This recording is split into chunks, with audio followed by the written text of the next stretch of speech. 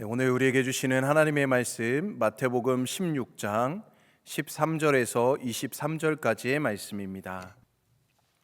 마태복음 16장 13절에서 23절까지의 말씀, 우리 같이 한 절씩 교독하고 마지막 절은 합독하겠습니다. 예수께서 빌립보 가이사랴 지방에 이르러 제자들에게 물어 이르시되 사람들이 인자를 누구라 하느냐?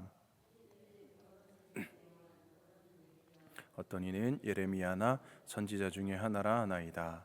이르시되 너희는 나를 누구라 하느냐? 시몬 베드로가 대답하여 이르되 주는 그리스도시요 살아계신 하나님의 아들이시니이다. 예수께서 대답하여 이르시되 바요나 시몬아 내가 복이 있도다. 이를 내게 알게 한 이는 혈육이 아니요 하늘에 계신 내 아버지시니라. 또 내가 내게 이르노니 너는 베드로라. 내가 이 반석 위에 내 교회를 세우리니 음부의 권세가 이기지 못하리라. 내가 천국 열쇠를 내게 주리니 내가 땅에서 무엇이든지 매면 하늘에서도 매일 것이요 내가 땅에서 무엇이든지 풀면 하늘에서도 풀리리라 하시고, 이에 제자들에게 경고하사 자기가 그리스도인 것을 아무에게도 이르지 말라 하시니라. 이때로부터 예수 그리스도께서 자기가 예루살렘에 올라가 장로들과 대제사장들과 서기관들에게 많은 고난을 받고 죽임을 당하고 제3일에 살아나야 할 것을 제자들에게 비로소 나타내시니, 베드로가 예수를 붙들고 항변하여 이르되 주여 그리 마옵소서. 이 일이 결코 주께 미치지 아니하리이다. 함께 있습니다. 주께서 돌이키시며 베드로에게 이르시되 사탄아 내 뒤로 물러가라. 너는 나를 넘어지게 하는 자로다. 내가 하나님의 일을 생각하지 아니하고 도리어 사람의 일을 생각하는도다 하시고. 아멘. 네, 오늘은 우리 참된 신앙이라는 제목을 가지고 함께 하나님의 은혜를 나누고자 합니다. 여러분, 우리가 이 땅에 살아가면서 어떤 일에 대해서 일관성을 유지하는 게 참 너무나도 중요하다라는 생각을 요즘 부쩍 더 들게 되었습니다. 일관성. 여러분들의 삶의 패턴 중에서도 일관성 있게 하는 것들이 많이 있을 거라 생각이 듭니다. 특별히 지금 제가 이렇게 오늘 이렇게 말씀을 더 나누게 된 배경은 자녀를 양육하면서 들었던 생각이 있었습니다. 이 자녀를 교육할 때 이제 이 부모가 이 마음이 같이 맞아야 되잖아요. 엄마와 아빠가 이 자녀를 양육할 때 그 마음이 일치를 해야 됩니다. 일관성이 있어야 됩니다. 그 일관성이 없으면 자녀들이 굉장히 혼란스러워하는 것이죠. 이것은 해도 되고 저것은 하지 말아야 된다. 이것을 명확히 의견을 나누고 그대로 이제 같이 함께 선을 그어서 얘기를 해줘야 되는 것이죠. 만약에 이 일관성이 없으면 엄마는 허락을 해주는데 아빠가 허락을 하지 아니하고, 또 엄마는 허락을 하지 않는데 아빠가 허락을 하게 되면 아이는 굉장히 헷갈려하는 것이죠. 물론 이제 우리 성도님들께서는 또 이렇게 자녀들을 또 다 양육해 보셨기 때문에 이거의 중요성에 대해서 더 많이 알고 있을 거라 생각이 듭니다. 물론 일관성을 갖고 교육하는 거라는 참 쉽지 않죠. 일관성을 갖고 자녀를 양육하는 게 너무나도 힘이 듦을 요즘 많이 느끼고 있습니다. 자녀들이 울며 불며 때를 쓰는데 그것을 안 들어주는 것, 참 마음이 어려움을 많이 느낍니다. 엄마는 안 된다고 하는데 아빠는 허용해주면 참 이게 참 헷갈리는 부분이죠. 요즘 저희 막내 아이가 이제 2돌이 아직 안 됐잖아요, 찬양이가. 그런데 벌써부터 영상에 빠지기 시작했습니다. 영상, 아침에 일어나면요, 제 핸드폰을 가지고 이렇게 아빠한테 딱 줘요. 그리고서 딱 이제 제가 이 핸드폰을 이거 왜 주는 거지 하고 딱 잡으면 그때부터 미소를 띠면서 이렇게 하는 거예요. 그러니까 말은 못 하니까 이게 무슨 뜻이냐면 핸드폰 영상을 보여달라는 뜻인 거예요. 그러면서 이렇게 주면서 제가 이거를 딱 하고 눈이 마주치면 이렇게 웃는 거예요. 그러니까 이게 참 곤란한 거예요. 이게 마음이 약한 아빠라서 이제 다 들어줬었어요. 솔직히 이제 솔직한 마음으로 엄마한테는 안 가져가요. 엄마는 일관되게 안 된다. 영상은 너무 일찍부터 안 된다. 그래서 일관되게 하는데 아빠는 이게 마음이 약하니까 막 이렇게 보여줬어요. 엄마 몰래 보여주고 사무실에서도 몰래 보여주고 그랬는데, 이게 참 일관되지 않은 게 자녀 교육에 참 안 좋다는 걸 다 알고 있잖아요. 그래서 이 요즘 일관성을 갖는 게 여간 힘든 게 아니다라는 생각을 해보게 된 것입니다. 자, 그런데 우리가 이 일관성, 이게 신앙생활에서도 너무나도 중요하다라는 생각이 들게 되었습니다. 우리가 신앙생활을 하면서도 일관성을 갖는 게 너무나도 중요하다라는 것이죠. 예전에 사역했던 교회에 두 분의 성도가 있었습니다. 누구라고 밝히지는 못하겠죠. 근데 두 분 다 신앙이 참 좋으셨어요. 근데 한 분은 별로 뜨겁지도 않고 차갑지도 않으신 분이었어요. 그러나 이분은 굉장히 꾸준하게 믿음 생활을 잘했던 분이십니다. 교회를 다니면서 신앙생활을 잘하시고 사람들에게 많은 덕을 끼쳤던 분이에요. 그런데 다른 한 분은 참으로 뜨겁습니다. 굉장히 열정적이에요. 새벽 기도에도 다 참석을 하시고, 또 교회 기도회나 부흥회나 이런 때는 빠지지 않으시고, 또 교회에서 은혜를 많이 받으시고, 또 헌금도 정말 많이 하시는 그런 분입니다. 이 열심 있는 분의 한 가지 근데 흠이 있다면 업앤다운이 좀 심하다는 것이죠. 뭔가 본인의 어려운 일이 생기면 가정의 문제, 자녀의 문제, 여러 가지 경제적인 문제, 여러 가지 문제가 오게 되면 그때 그 문제 앞에서 너무나도 은혜가 식어버리고 시험에 자주 빠지게 되시고, 또 이런 여러 가지 문제를 잘 못 견뎌 하시는 것이죠.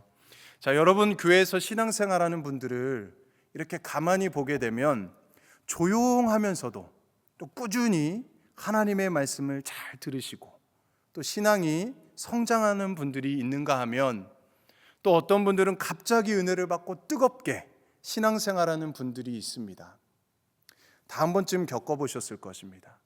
우리가 물론 뜨거운 것이 너무나 좋죠. 열정적인 건 너무나 좋습니다. 그런데 어떤 때 이렇게 세상에서 예수님을 제일 잘 믿는 것처럼 신앙생활을 하다가도, 잘 믿는 것 같이 보이다가도 조금만 어려운 일이 생기게 되면 금방 시험에 빠지고, 금방 또 이렇게 교회도 안 나오고, 이렇게 시험에 빠져서 안 나오는 분들이 생기게 된다라는 것이죠. 자, 그런데 여러분, 우리의 신앙이 성장하려면 우리의 신앙생활에 바로 이런 일관성이 필요하다라는 것입니다. 일관성이 너무나도 중요하다라는 것이죠. 성경에서는 뜨겁든지 또 차갑든지 열심을 품으라고 물론 이야기를 합니다. 그러나 그렇게 뜨겁거나 요란하지 않더라도 꾸준히 말씀을 배우고, 꾸준히 하나님을 사랑하고 섬기고, 또 꾸준히 하나님께 헌신하는 사람은 신앙의 성장이 있습니다. 하나님의 뜻을 이루는 삶을 살아가게 되는 것을 보게 됩니다. 자, 그런데 금방 뜨거웠다가도 금방 식어버리거나, 금방 은혜 받았다고 세상에서 제일 예수님을 잘 믿는 것처럼 하다가도 금방 시험에 빠지는 사람은 신앙의 성장이 없지요. 신앙의 굴곡이 심한 사람은 하나님의 뜻을 이루는데 어려움을 많이 겪게 됨을 보게 됩니다. 자, 그래서 우리의 신앙이 성장하고 우리의 삶을 통해서 뭔가 하나님의 역사를 이루고자 한다면 우리는 이 신앙의 일관성을 갖는 게 너무도 중요하다라는 그런 생각을 해보게 되는 것입니다. 하나님께서 우리의 삶을 헌신하는 사람들이, 일관되게 헌신하는 사람들이 되어야 한다는 것이죠. 예수님을 따르는 삶에도 일관성 있게 발전시켜 나가야 된다라는 것입니다. 그것이 바로 참된 신앙인이다라는 것입니다. 우리가 하나님을 알아가고 또 하나님께 헌신하는 삶을 일관성 있게 할 때에 하나님께 칭찬받는 성도가 될 수 있다라는 것이지요. 자, 오늘 우리가 살펴본 본문에는 자신의 신앙을 일관성 있게 발전시키지 못하고 신앙의 업앤다운이 아주 심했던 한 제자의 모습을 우리에게 보여주고 있습니다. 물론 항상 이 사람이 업앤다운이 있었던 건 아니죠. 한결같이 주님을 잘 믿었던 그런 때도 있었습니다. 자, 그 사람이 누굽니까? 바로 베드로입니다. 이 베드로는 예수님의 수제자이지 않습니까? 예수님을 따를 때, 그런데 그 삶에서 보면 실수를 참 많이 했습니다. 실수를 참 많이 했어요. 바로 이 일관성 없는 신앙생활의 자세 때문에 큰 실패를 많이 경험했던 그런 인물입니다. 이 베드로가 예수님의 수제자로 그의 신앙의 성장에 가장 필요로 했던 것이 무엇일까요? 그것이 바로 이 일관성을 갖고 있는 태도입니다. 일관성을 갖고 있는 태도. 이것이 조금은 부족해 보이는 것이죠. 아니, 감히 베드로 사도에게 어떻게 그렇게 이야기를 할 수 있냐라고 말할 수도 있겠지만, 생각할 수도 있겠지만, 오늘 본문을 통해서 더 자세히 함께 들여다보기를 원하는데요. 자, 오늘 본문 내용을 보게 되면 예수님께서 가이사랴 빌립보라는 지방에 가게 되셨습니다. 자, 그곳은 바알신, 판신, 그리고 시저 황제를 숭배하는 것이 유행했던 그런 도시였습니다. 자, 그곳에서 예수님은 갑자기 제자들에게 물으셨습니다. 뭐라고 물으셨죠? 사람들이 인자를 누구라고 하느냐라고 물으셨습니다. 자, 그러자 제자들이 대답하기를 어떤 사람은 예수님을 세례 요한이라고도 하고 또 엘리야나 예레미야라고 하기도 하고 또 구약의 선지자라고 말하는 사람들도 있습니다라고 대답을 하죠. 자, 그러니까 예수님께서 이번에는 제자들을 향해서 물어보십니다. 그렇다면 너희는 나를 누구라고 생각하느냐? 자, 그때 베드로가 놀라운 고백을 하게 되지요. 네, 주님은 그리스도십니다. 살아계신 하나님의 아들이십니다라는 놀라운 고백을 하게 됩니다. 자, 그때 예수님께서 이 베드로를 칭찬을 하십니다. 그리고 베드로 위에, 이 반석 위에 내 교회를 세우겠다. 그렇게 축복을 받게 되었습니다. 자, 그리고 예수님께서 그 다음 말씀에 이렇게 쭉 보게 되면 이제 예루살렘으로 올라가서 고난을 받게 되고 또 십자가를 지게 되실 것에 대해서 제자들에게 말씀을 하십니다. 그러나 3일 만에 부활할 것도 다 말씀을 해주시죠. 자, 그런데 그 말을 듣고 있던 베드로가 갑자기 예수님께 붙들고 뭐라고 이야기합니까? 주님, 그러시면 절대로 안 됩니다 라고 예수님께 강권하여서 항변을 하면서 말하고 있습니다. 자, 그때 예수님께서 베드로에게 뭐라고 말씀하십니까? 사탄아, 내 뒤로 물러가라. 너는 나를 넘어지게 하는 자다. 너가 하나님의 일을 생각하지 않고 사람의 일만 생각하고 있구나 라고 책망을 하십니다. 자, 그래서 베드로는 올바른 신앙 고백으로 가장 높은 영적 경지에 이르렀다가 한순간에 갑자기 인간적인 생각 때문에 가장 밑바닥까지 추락하게 되는 그런 경험을 하게 됩니다. 오늘 우리는 이 본문 말씀을 기초로 해서 우리 신앙의 성장을 위해서 그렇다면 우리가 어떻게 일관성을 가지고 우리의 일관성을 개발할 수 있는가, 바로 이 부분에 대해서 우리가 더 심도 있게 살펴보기를 원합니다.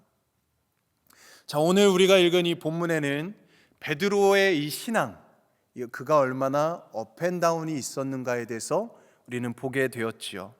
베드로는 예수님께 대해서 가장 중요한 신앙 고백을 했습니다. 아까도 말씀드렸듯이 주님은 살아계신 그리스도십니다.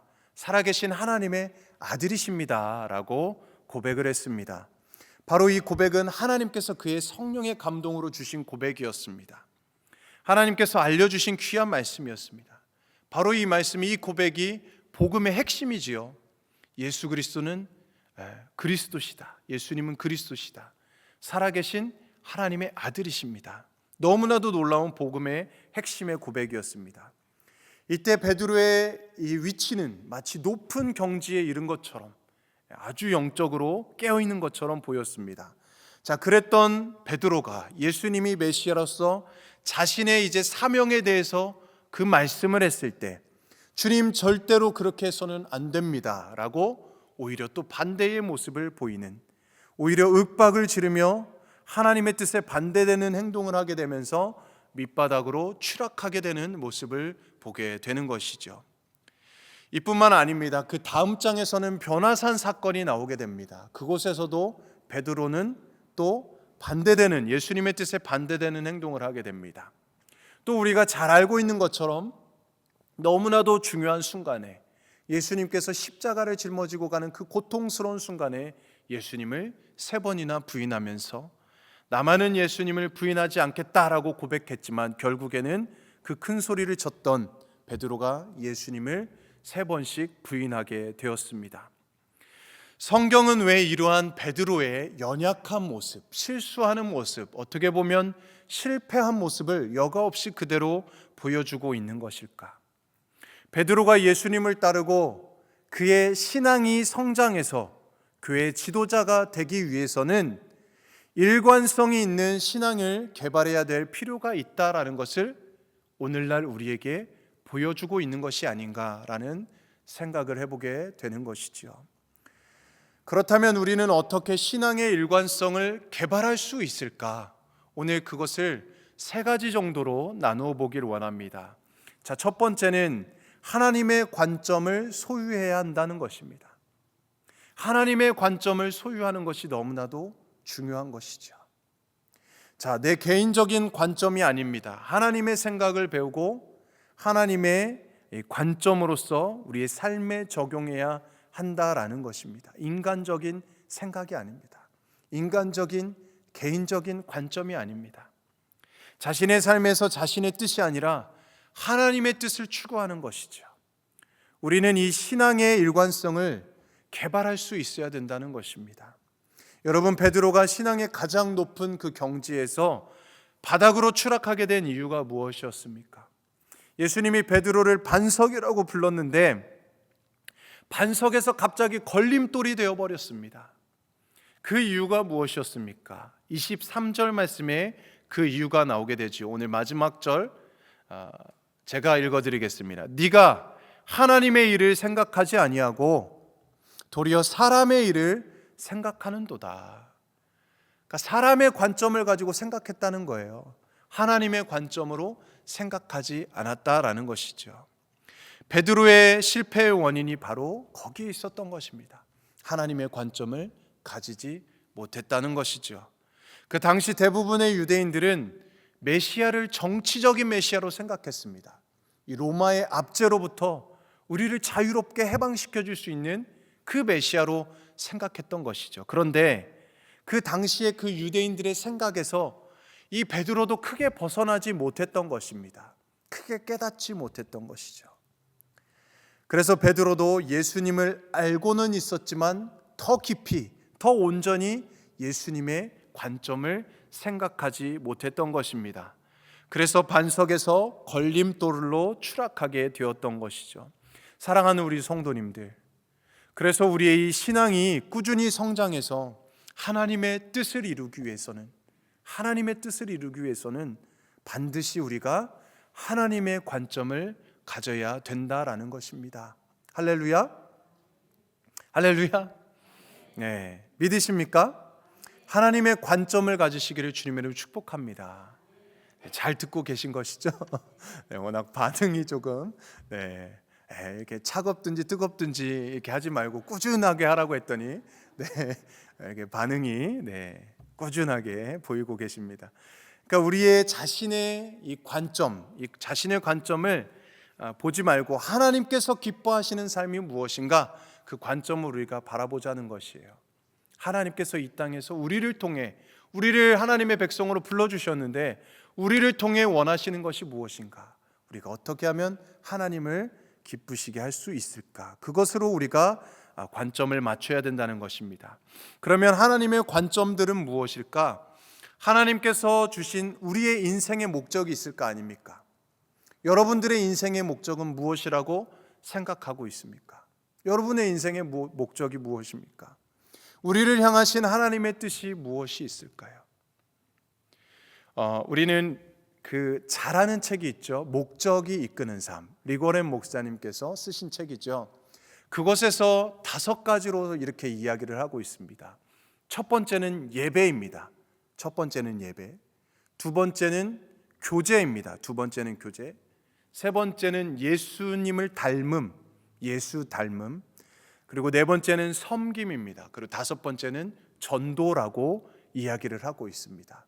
우리가 일관성을 가져야 되는 것, 하나님의 우리를 향한 인생의 목적이 무엇인가, 예배하는 삶, 교제하는 것, 그리고 예수님을 닮아가는 것, 그리고 서로 돌보며 사랑하는 것, 섬김, 또 영혼을 구원하는 이 전도라는 것입니다.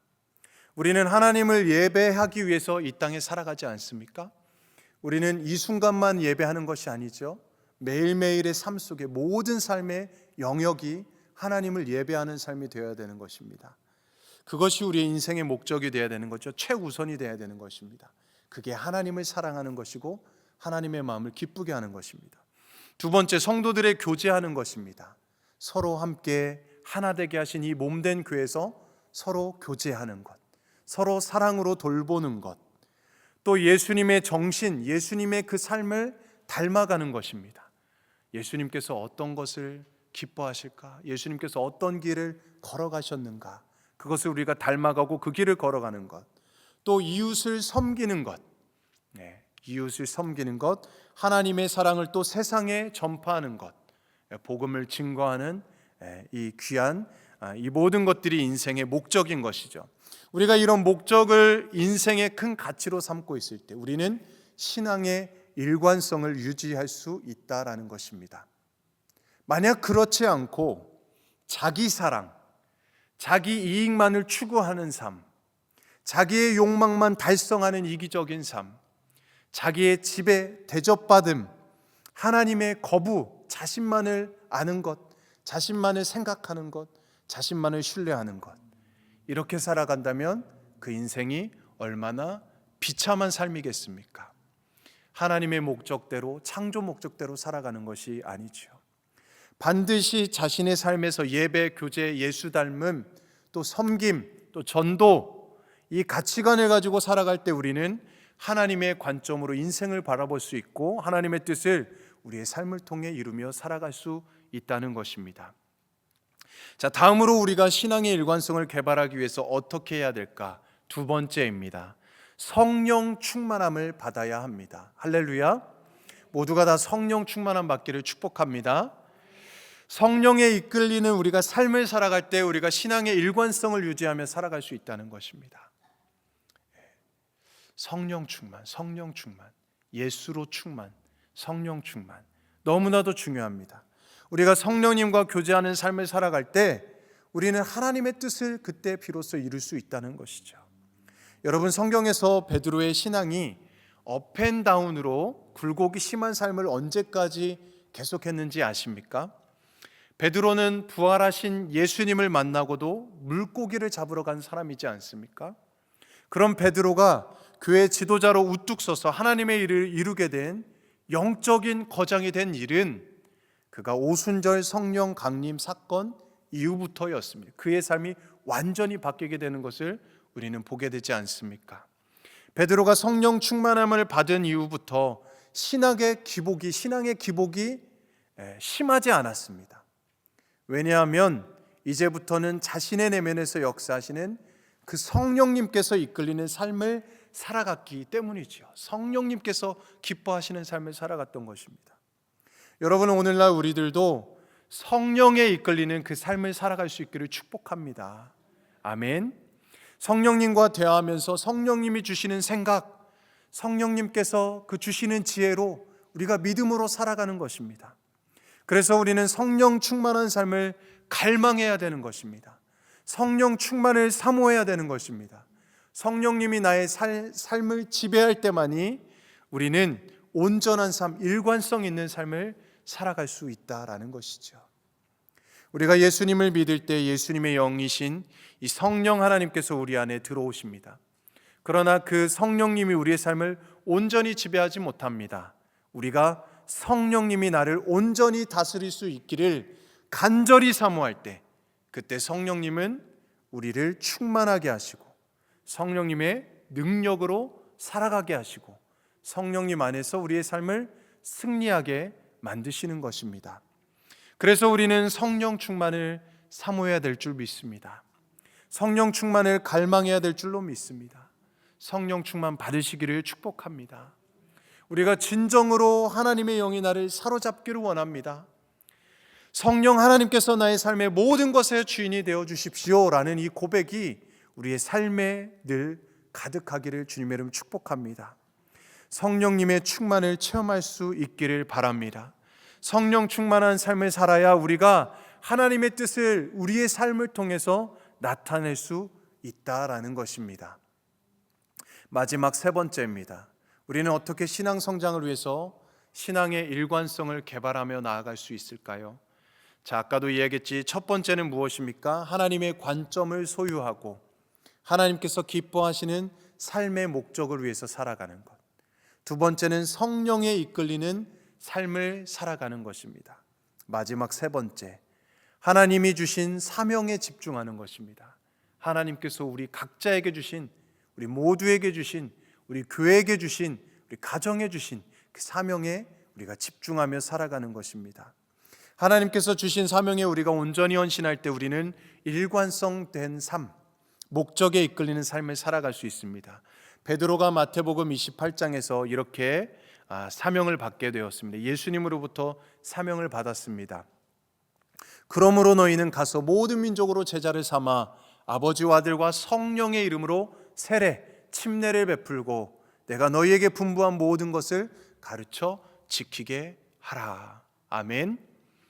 이 지상명령을 받고 성령의 충만함 속에서 사명에 집중하는 삶을 살았을 때 그는 교회 지도자로서 영적인 거장으로서 온전한 역할을 감당하며 살아갈 수 있었습니다. 여러분, 이 세상에서 하나님의 복음을 증거하는 일은 그 옛날이 예수님의 제자들에게만 있는 것이 아니죠. 오늘 우리에게도 모두에게 주신 하나님의 사명이자 하나님의 귀한 말씀입니다. 그래서 우리는 우리 각자의 삶을 통하여서 그리스도의 이 복음을 증거하는 사명을 위해서 살아야 하는 것입니다. 여러분, 우리 그리스도인들이 가진 사명이라고 할 때 물론 전도가 귀한 사명입니다. 너무나도 귀합니다. 그러나 그것으로만 우리는 생각하면 안 되겠지요. 전도만이 우리가 가진 사명이 아닙니다. 우리에게 주신 온전한 사명은 우리가 예배하는 삶입니다. 아까도 얘기했듯이 예배하는 삶, 교제하는 삶, 예수님을 닮아가는 삶, 섬기는 삶, 그리고 전도하는 이 모든 것들입니다. 이것이 우리에게 주신 하나님의 사명입니다. 그래서 오늘부터 우리가 이렇게 고백할 수 있길 바랍니다. 나는 하나님을 기쁘시게 하는 자가 되자. 하나님을 예배하는 자가 되자. 예배하는 것을 위해 살겠다. 오늘부터 나는 성도를 사랑하고 우리 가족을 위해서 살겠다. 오늘부터 나는 예수님을 닮아가는 데 최선을 다하겠다. 오늘부터 나는 남을 섬기는 것을 나의 사명으로 삼겠다. 오늘부터 나는 하나님을 사랑하는 다른 사람들에게 하나님을 알리는 것을 사명으로 삼겠다라고 결심하는 것입니다. 이렇게 우리가 선포하면서, 이렇게 우리가 생각하면서 우리가 또 이렇게 삶으로 실제로 살아가는 것이죠. 이렇게 살아갈 때 우리는 흔들리지 않고 일관성 있는 믿음, 견고한 신앙인의 삶을 살아갈 수 있을 것입니다. 이제 24년도 이제 얼마 남지 않았습니다. 이제 11월도 다 갔습니다. 이제 12월 한 달 남게 되었습니다. 사랑하는 우리 성도님들, 우리의 이 일관성 있는 이 신앙생활, 일관성 있는 이 삶의 태도로, 일관성 있는 이 믿음으로써 우리 한 해를 잘 마무리하시기를 바랍니다. 유종의 미를 거두시고 새롭게 시작하는 25년도 또 새로운 우리 담임 목사님과 함께 우리 모든 성도님들 마음과 뜻과 우리 모든 것을 함께 모아주셔서 힘을 내주셔서 합력하여서 선을 이루어갈 수 있기를 바랍니다. 우리 모두가 주님의 몸된 교회를 위해서 우리가 더 헌신하고 봉사하고 또 우리 귀한 사명을 감당하면서 하나님께 기쁨, 하나님께 영광, 하나님께 올려드리는 복된 삶 살아가시기를 주님의 이름으로 간절히 축원드립니다. 아멘.